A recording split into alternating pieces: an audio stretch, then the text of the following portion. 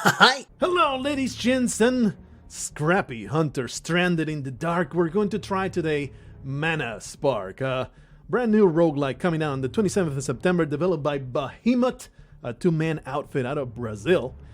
And it's a mash, well, this is the marketing, it's a mash of Dark Souls mixed with The Binding of Isaac. And I can tell you, it's not that ambitious. It's good marketing, and it kind of gives you the gist of what you're going to find, but it's not that ambitious. That being said, it's an excellent game that I very much enjoy, and it's probably going to become a series in the channel. This full disclaimer, this is a review copy that I was sent, and I checked it out, and I was actually pretty damn impressive experience, so I'm going to show it to you fellas, and maybe you will enjoy it. I do not know how much money it's going to be available for, but I don't know, 20 bucks is definitely worth 20 bucks if they charge 20 bucks for it. Anyway, this is Mana Spark. This is our main encampment. We are humans, scrappy little humans. We are the underdogs of this story in a world of magic and horrendous supernatural danger. We arrive at this encampment where all the permanent progression happens. This is a roguelike that has a Binding of Isaac kind of layout of the levels, but the combat is slow and careful for the most part, like Dark Souls. But it cannot really claim a Dark Souls lineage, because all you have is the main attack, like you always do in, the Binding of Isaac has tears. This one has a bow and arrow. It's a slow attack that can get improved by random pickups, like in any kind of roguelike type of thing. Gonna go that way. I can only go up and down. That's the map right now, so let's just go through it. Throw a nice net that will poison this disgusting creature, and then we can destroy him. That's the active item right there. That's our two main attacks, is the bow and arrow and the active item that you have chosen or that you pick up in your travels. Very standard roguelike fare. The Dark Souls comparison becomes apparent. This is the lever that opens the way to the final exit of the level. The Dark Souls comparison becomes apparent. I can see where they're coming from by saying Dark Souls combat. It is, you gotta pay attention. These are lowly pathetic mooks that will do absolutely nothing to harm you. I mean, they will do something to harm you, but they're extremely easy. But most of the enemies will have some patterns that you have to watch out for. Like most video games, enemies will have a pattern that you have to watch out for, and that's where the Dark Souls combat comes in. It's not like a constant spamming bullet hell kind of scenario. It's more of a slow and careful, measure your shots, and don't recklessly run into places and try to be a badass, because you're going to get completely destroyed. That's the gist of the combat mechanics. You also get a dodge roll, and you get a lot of damage done to you if you get caught. So the main strategy for all of your endeavors in this game is to not get hit. Of course, that is true for any roguelike, but more so in this one. It's not like there is free health all over the place unless you have a certain build. You're not going to be able to afford taking a whole lot of hits, and in fact, the damage caused by the monsters, it is so high that just getting hit once is pretty damn prohibitive. You can murder the boars for some health. They will not bother you until you shoot them once. These are the altars that you can find and use, and you can find a random item out of them. This is some weird salt shaker. No, it looks like a helmet. And here's my first thing that I'm going to say about negative things. First sip of milk, health up, and you also poison the enemies or something like that. I did not read it because I was too damn focused on telling you.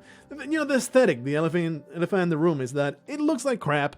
No offense to the artist, but it looks. It's not like saying it looks like crap, because this is the way Risk of Rain looks, and Risk of Rain has that aesthetic. It's low res pixel art. But there's no way around it. The animation is good. I like the animation quite a bit, but there's no way around it that this is like, I wouldn't say low effort, just low quality visuals that are very much focused on gameplay. Like, you can tell going into this that they didn't have an amazing artistic vision. They just had a vision for the gameplay, and they just used utilitarian graphics to convey it. That's something that my wife came the other day and saw me playing this game, trying it out. She's like, what's up with the art? I see you playing all this time these games that look like this. I told her, what I told her was, pixel art is the art that developers go to when they have a good vision for their gameplay, but they don't have the art to back it up. And, you know, it's a little bit of an unfair thing to say, because some pixel art is absolutely gorgeous, and this is well animated pixel art, and I'm sure it takes a lot of work to create, but you cannot contest the fact that the aesthetic is not all that easy in the eyes. Anyway, we have here the mysterious room where you save your permanent progression runes that you can then later spend in the encampment, and you also get a random generation of 3 items that you can choose among. Health up, short speed boost after eating. Health up is pretty damn important. You want some health up upgrades or you will get destroyed, at least in my low skill situation. Damage way up, but health down. Worth it if you know what you're doing. 1 free food on each exit room. Never felt like it was worth it. The health drops are okay, and this is very, very superfluous. You probably want to go with an item that's going to affect your entire run, not just give you a little bit of health at the end of an experience. So what we're going to go for is the damage way up but health down, because, you know, we break even, so it's not that bad. I don't have cash to buy the shoot 2 arrows in a fraction of a second active item, which is a fantastic item, but I don't have the cash for it. This one heals you. It's like an Estus flask that replenishes anytime that we arrive at one of these rooms.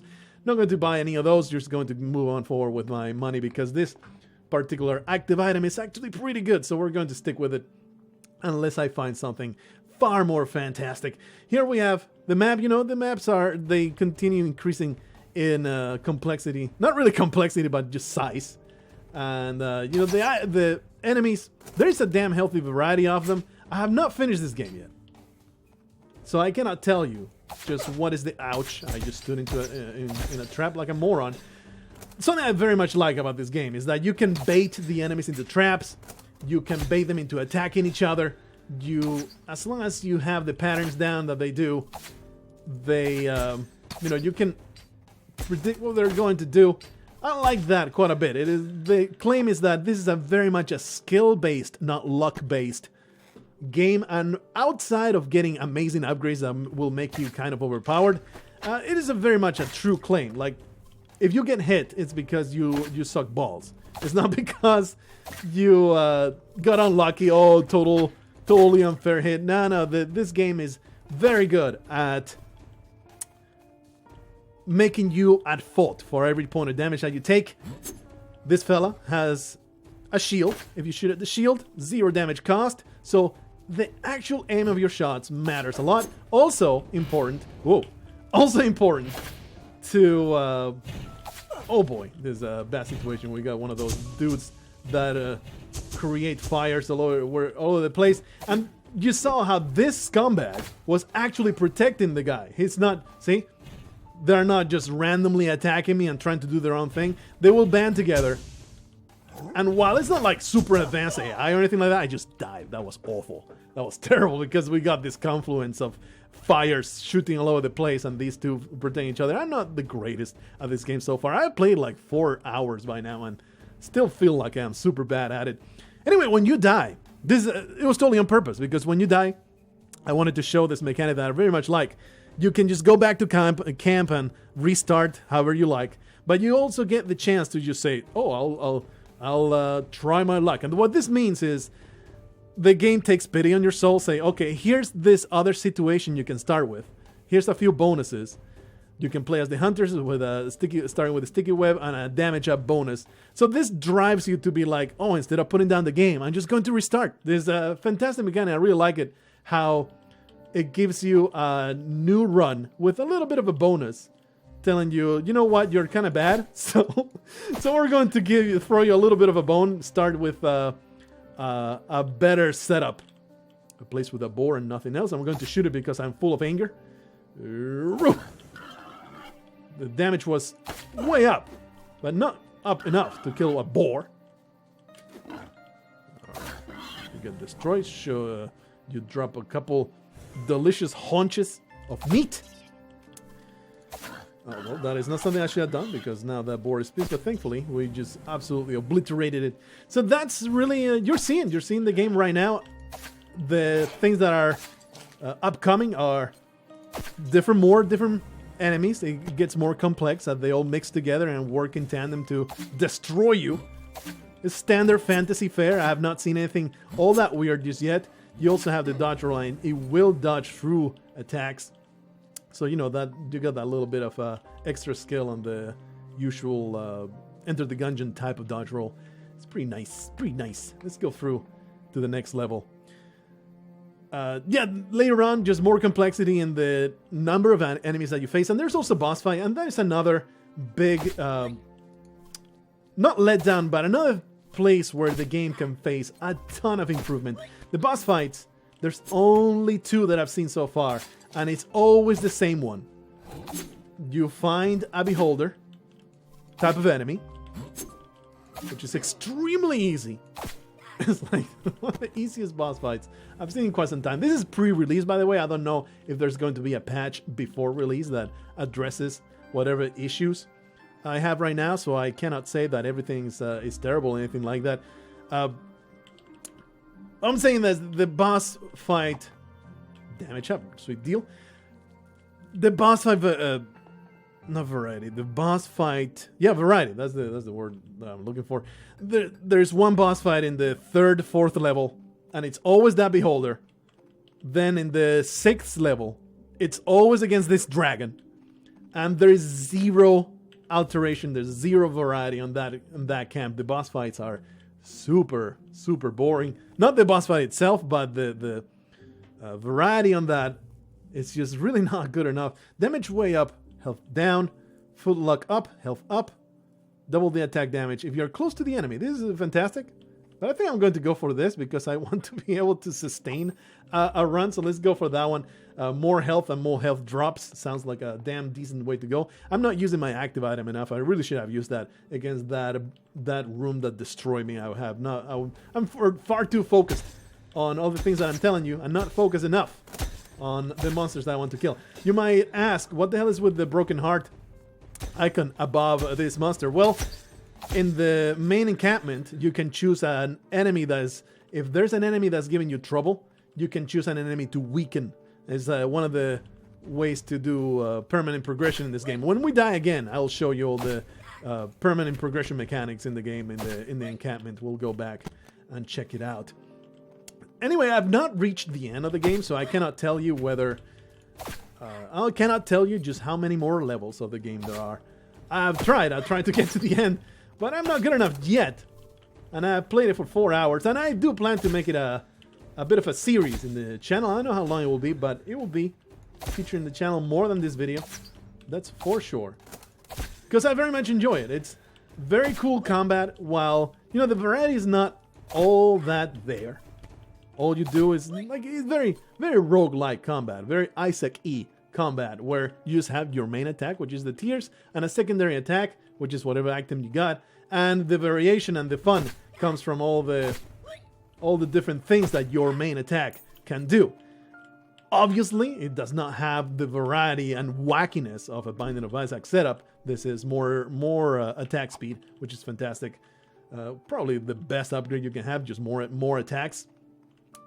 I need to find the lever that I did not actually activate, so that felt really dumb. Let's go back for it. But it does, like, I have had some runs that do feel overpowered, some other runs that feel very underpowered. Mostly, it's pretty standard stuff. Some of the pickups will alter your attack in not radical ways, but in very significant ways, like shooting 2 arrows and stuff like that. But for the most part, you just get more damage, more attack speed.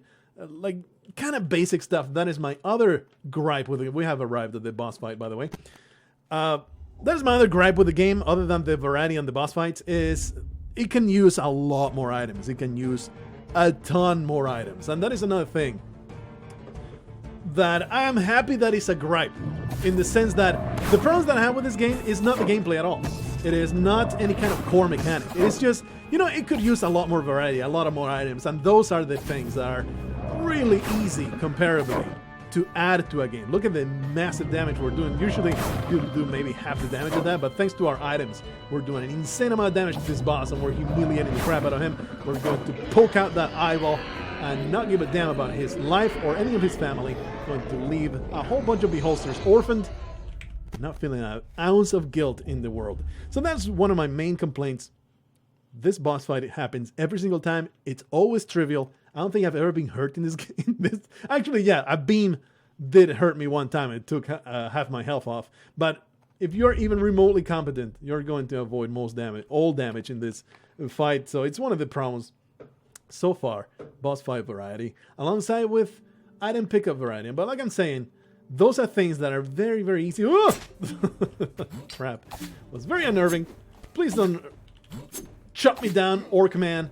You're very upsetting creature to have on my heels. Like, let's continue on. Whoa! Sweet dodge. Look at me. I mean, amazing. My attack speed has been improved. I really like how while the aesthetic, like I said before, is not very graceful, the animations are pretty good. I really like the hitboxes, how you have to hit above the shield or be sure that the attack happens, so you are able to attack when they're open. Kind of rough guy to get to hit. See if we can shoot him when he is winded. Hey, attack me into the spikes, you fool! You have been murdered by spike traps. Pathetic idiot. Really like that a lot. Some wield a shield and you have to shoot over the shield, so it matters a lot where you're aiming. It matters a lot where you wait for that attack animation to happen and then they're winded after it. You know, stuff like that makes the combat interesting. While your main attack, there's not a whole lot of variety to it. There is a variety to the way you approach the fights themselves. Like we saw earlier, they also fight together, so they're not like mindless creatures that go after you.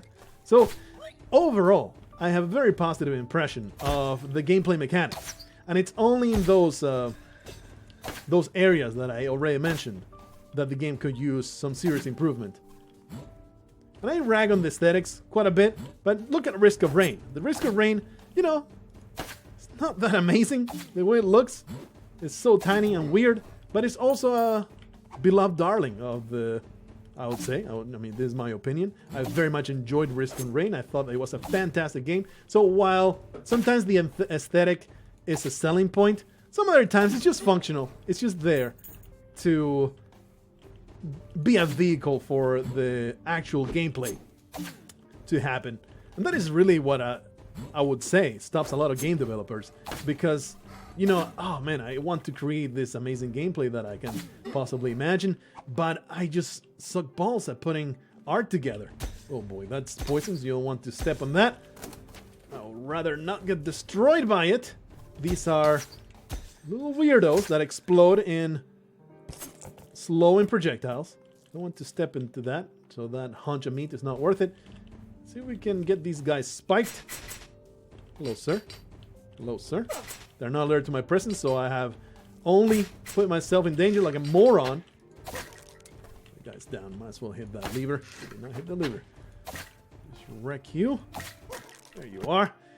I was in the middle of a thought. Yeah, but it's the aesthetics. It's like, sometimes it's just a vehicle for... Oh yeah, that's right. That's what I wanted to say. I loved Teleglitch, and everybody knows Teleglitch does not look very good. But Teleglitch is a fantastic game. I loved every ounce of it. So, not going to count the aesthetics as a detriment of this game. It could be better. It could be... Ouch.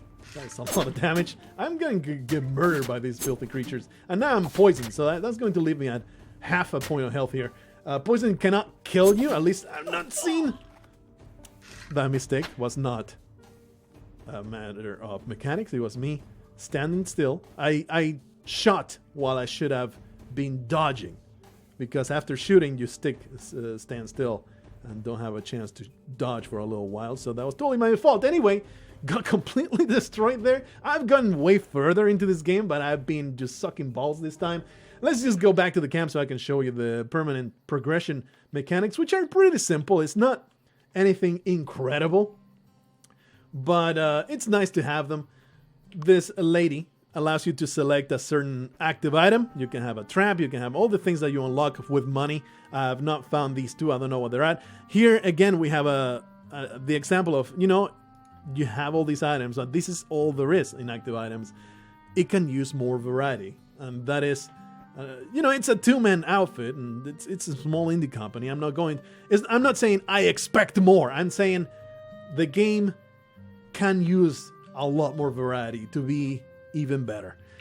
That is one method of permanent progression. Also, you can unlock recipes that then you select. Each one will give you a different buff.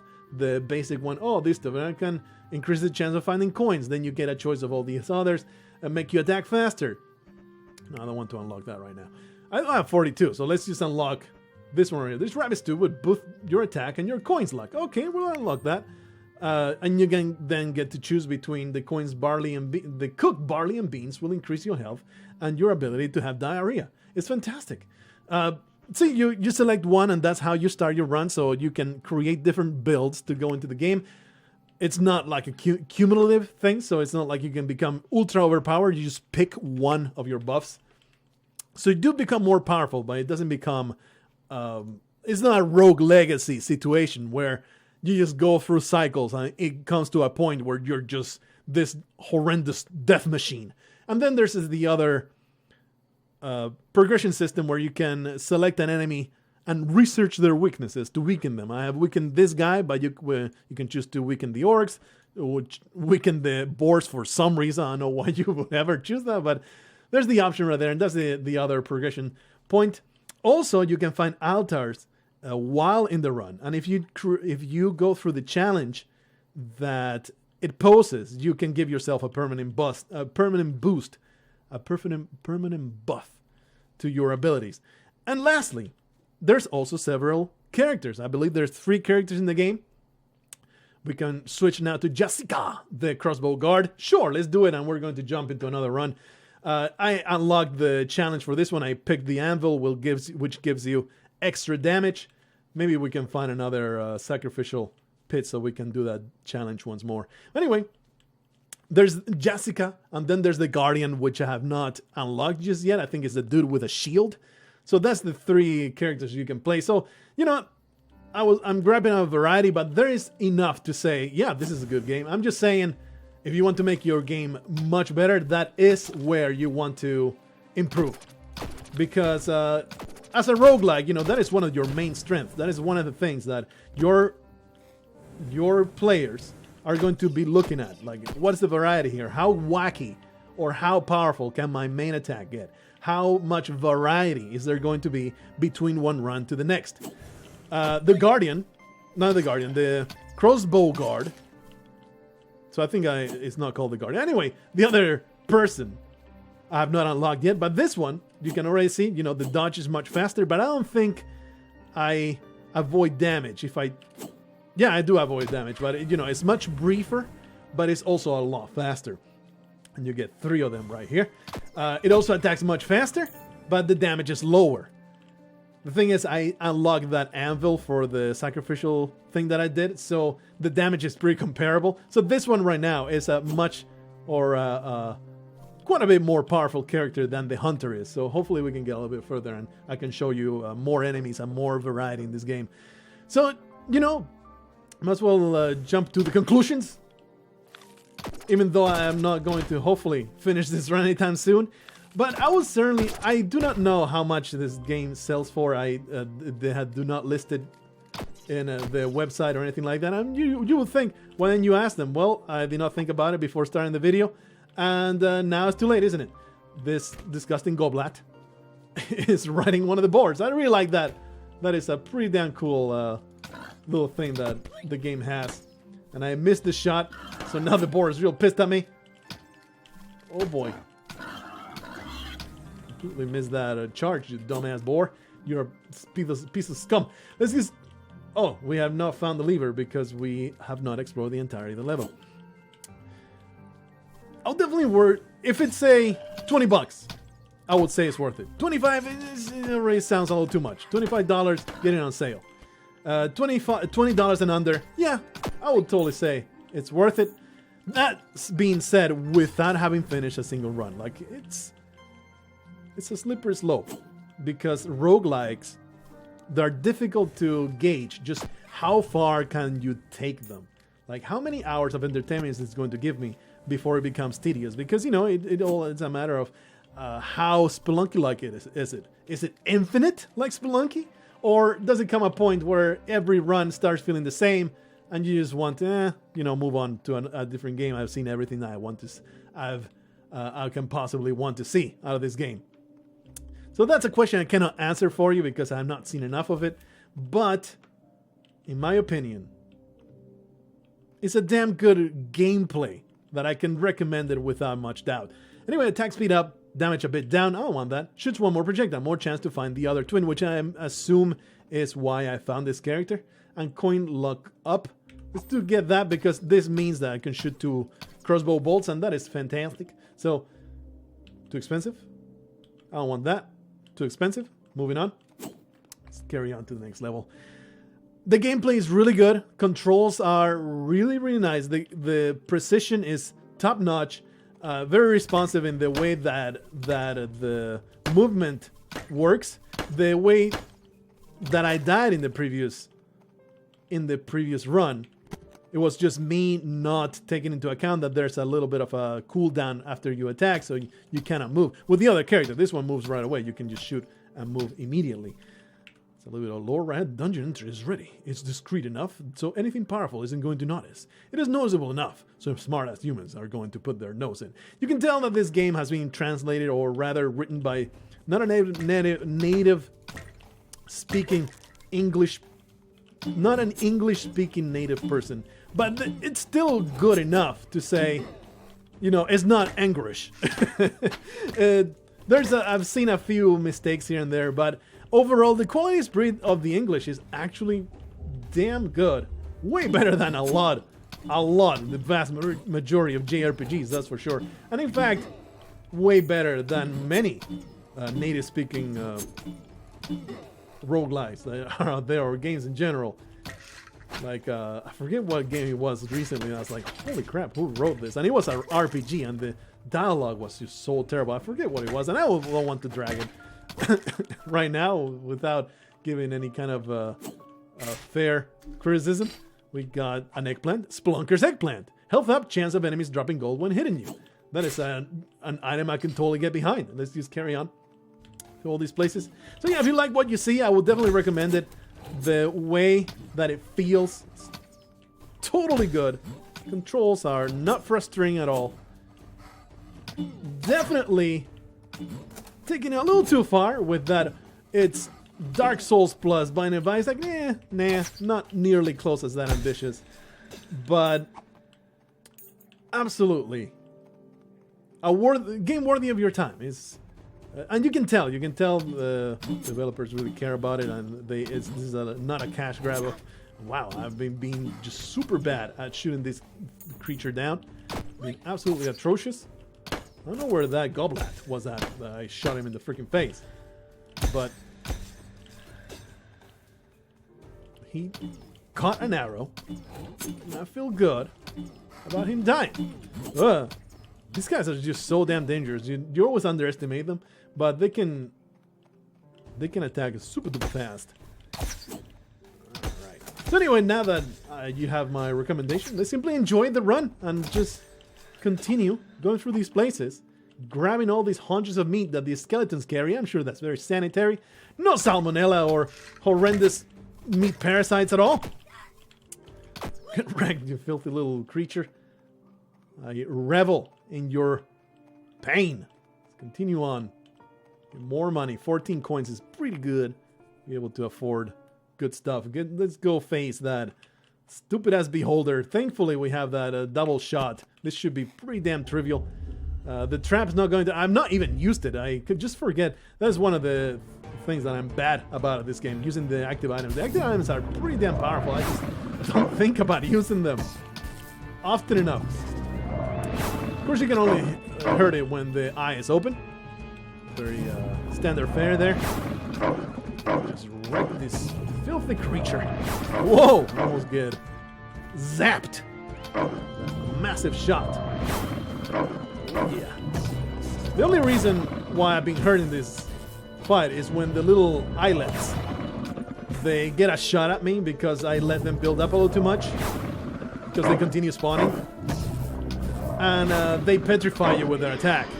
So that will leave you completely open to one of the big fat beholster attacks. It's not beholster, that is the Gungeon term. It's beholder. So yeah, that boss fight, I got it down pat. You can notice that. Yeah, I've gone through it quite a few times. Buried tunnels too. Another thing that is, oh shit, unnerving to find a giant horrendous skeleton spawning in front of your face. Not very good. Not very good at all. Experience. I'm going to write an angry letter to the manager of this hotel. Please don't destroy me. Oh yeah, you both are murdered by action of my incredible crossbow. Let's see what you got. We got the Salt Shaker again. It's actually a helmet, but it looks like a Salt Shaker to me, so I'm going to grab it. Health type enemies that hit you are poisoned. I don't know what Salt Shaker... Actually, they look like... It said milk. It looks like a Salt Shaker. I think it was a helmet, but no, it said it was milk. So, yeah, I guess it's a bottle full of milk. Okay, well, I'm carrying a bottle full of milk that poisons my enemies somehow because they are dairy allergic. It's quite a horrible condition. They're lactose intolerant. They all just devolve into a farting machine when they get a gallon of milk thrown at their faces. Well, how am I to judge? Where's that lever that I'm looking at? There you go. Let's open that up so we can continue on. This one requires 2, so we're going to try and find the other one. You always want to explore the entirety of the level, though, because there's often... Let's see if we can destroy those. Yeah, so we can get some of those paralyzing attacks. Into these scumbags. Alright, there you are. Another filthy monstrosity. Ow! Got a little too close. I was trying to destroy the explodinators here. Those gross larvae. See how I petrified one of those dudes? I like that a lot, that there's friendly fire. That is super duper good. That's something that I've always endorsed. I resent into the Gungeon is that there's no friendly fire between all the enemies. And I like that because you can actually manipulate the enemies so they all kill each other. And in fact, there's an achievement that says clear an entire room without firing a single shot. You know, manipulating the enemies to attack one another. I really like that quite a bit. These scumbags are defending one another. I like that also a lot. I mean, it's annoying because it kills you, but see how the defender dude with the helmet and the shield is protecting the dude with the axes, so he has free reign to shoot the damn axes at my face. That is some really cool stuff. I like quite a bit.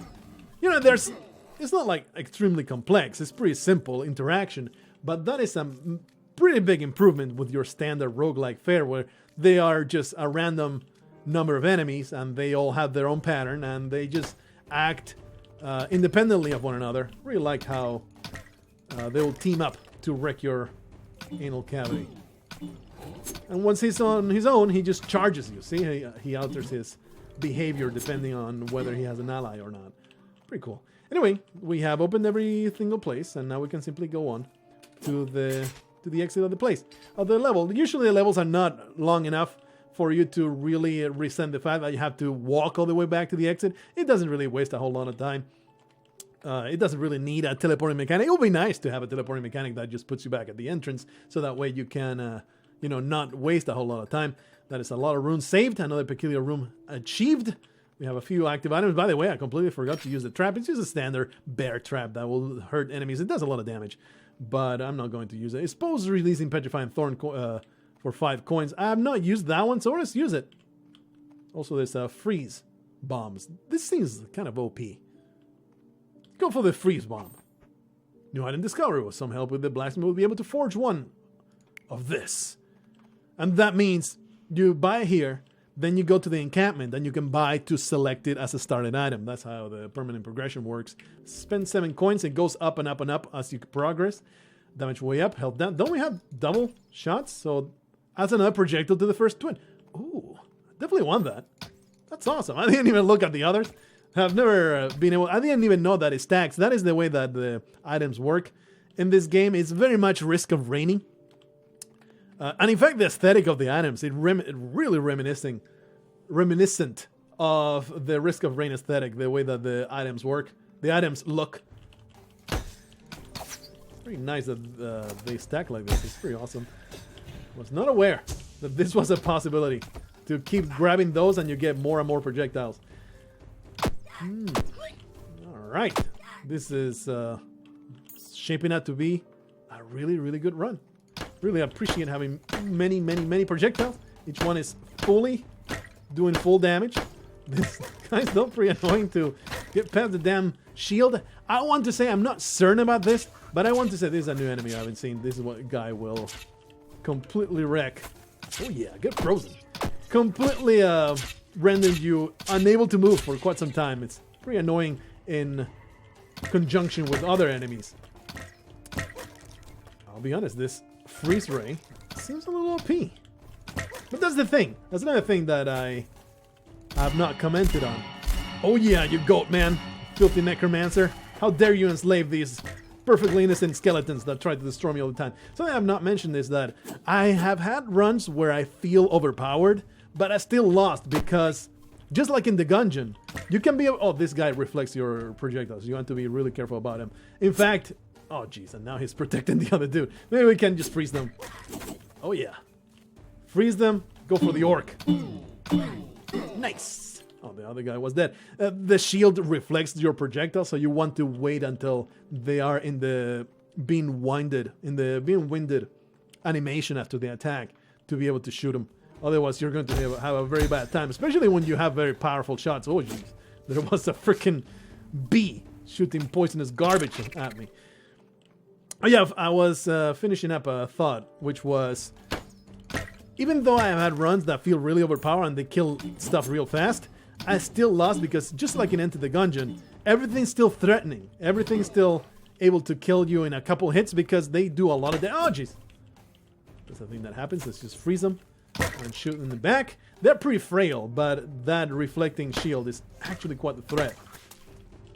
Alright. They didn't really shoot... They didn't shoot a cobweb at an enemy and make them become spiders, or was this just a coincidence? I don't know, but that was intimidating as hell. Another thing that's kind of silly is how all the bolts stick to the enemy, so it ends up looking like a freaking pin cushion. It's silly, but in a good way. I like it.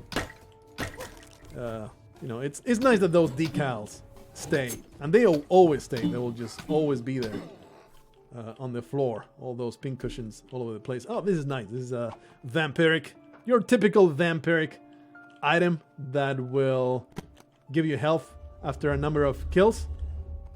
Very nice to find. One of the ways that you can sustain a long run is to be able to have that vampiric ability. The Blazing Chambers. This is where the dragon boss happens, and this is the other boss that happens in the game, and it's not trivial. This one is difficult. It's way more difficult than the Beholder, but it's a thing that always happens. So it's like, man, this game can really use some variety. Really, really could use it. You just gotta kind of bait it. Just stand in front of the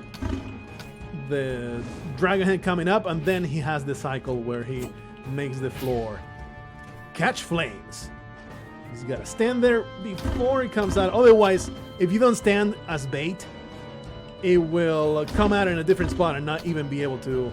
You won't even be able to shoot it. Oh boy. There you are. Some of these cycles are really easy. Some others are really, really challenging. I feel like I am getting pretty lucky with these patterns. Okay, just move out of the way.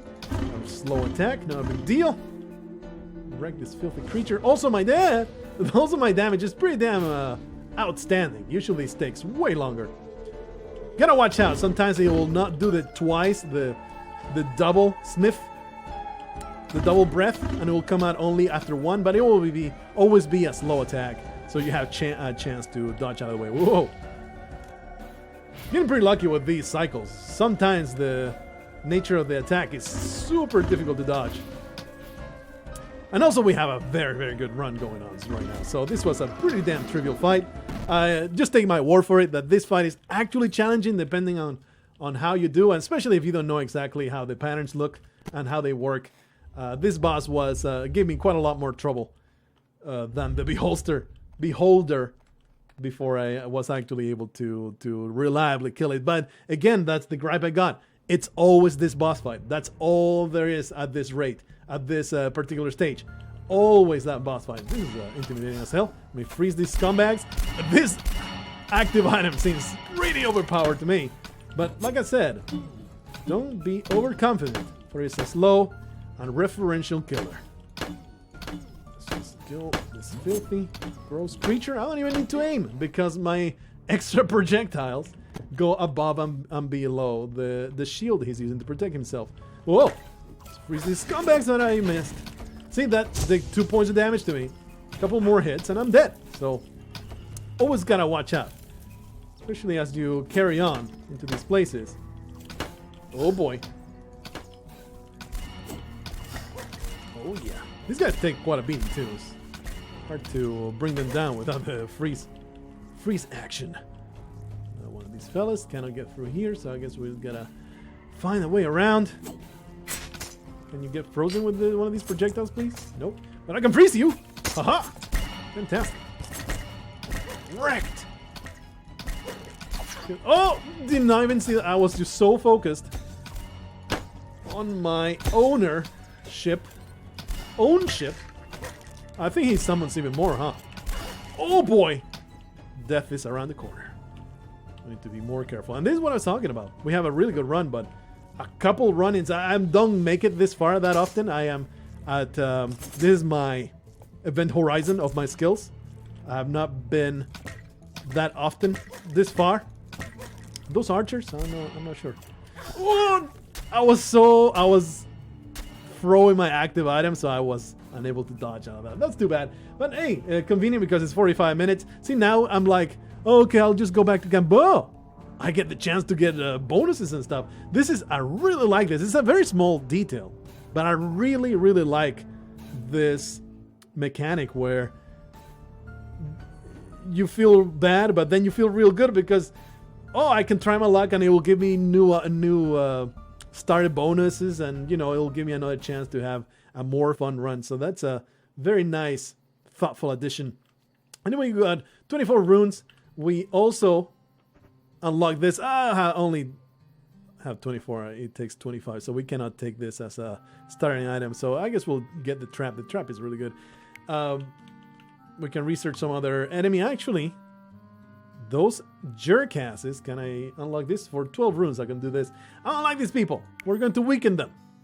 These other dudes don't need to be weakened. These people are annoying as hell, so they're going to get weakened. Actually, we can see all the enemies that are in the game, huh? Look at this. These are all the enemies in the game. There's one more locked. So, you know, not a ton of variety. Yet another thing. Like, I keep saying, the mechanics are great. The game can be improved vastly with more variety, and that is like the easiest thing to add to a video game of this nature. Adding more items, adding more enemies, adding more boss fights that are more challenging for sure. But adding more stuff is way easier than creating a brand new gameplay mechanic. So, and you can't really hold it against it because the game, it's a two-man developer, and the gameplay is great, and you cannot ask for enormous ambition out of a small indie game like this. But you know that if the developers support it, you're going to get a lot more variety later on. So definitely a game to watch out for. If you don't pick it up right now, definitely watch out for it. Put it in that wish list or something, and check for the updates coming up, because I am sure there will be more variety in the future. And even as it stands right now, I am having a good time. By now, I've had, counting this video, it's like about a 7-hour, maybe 6 hours worth of entertainment, depending on the price that has not been disclosed yet.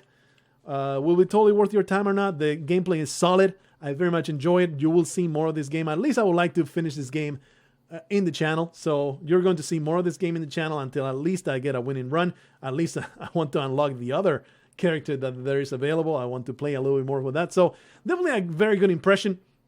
Mana Spark, available on the 27th of September. Watch out for it. It's good. I like it. I'll see you in the next one.